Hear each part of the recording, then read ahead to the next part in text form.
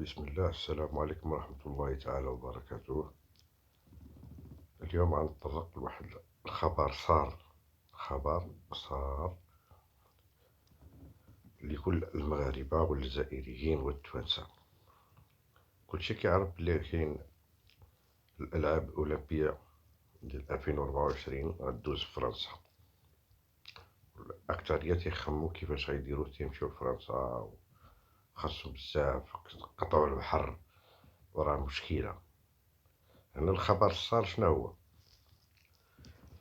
بما أن الجزائر غتقوم بتحلية المياه ديال البحر الأبيض المتوسط، وهذيك المياه كلها غتستعملها هي، تدخلها عندها لداخل، ما يبقى لا ما لا والو.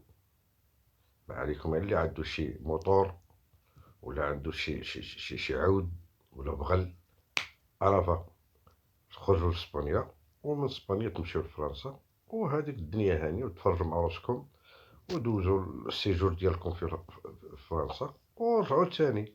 ما غتلقاو كلشي ناشف، لأنه هو قالك غادي نحليوه في 2024.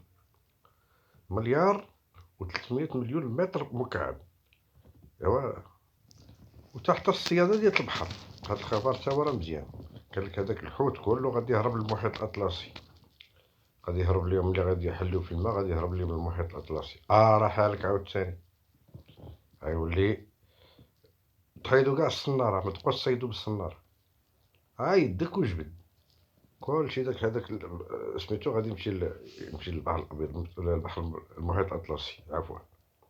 وهذا هو الخبر صار، ومازال غتسمعوا شي خبيرات اخرين ثاني ان شاء الله في فيديو اخر.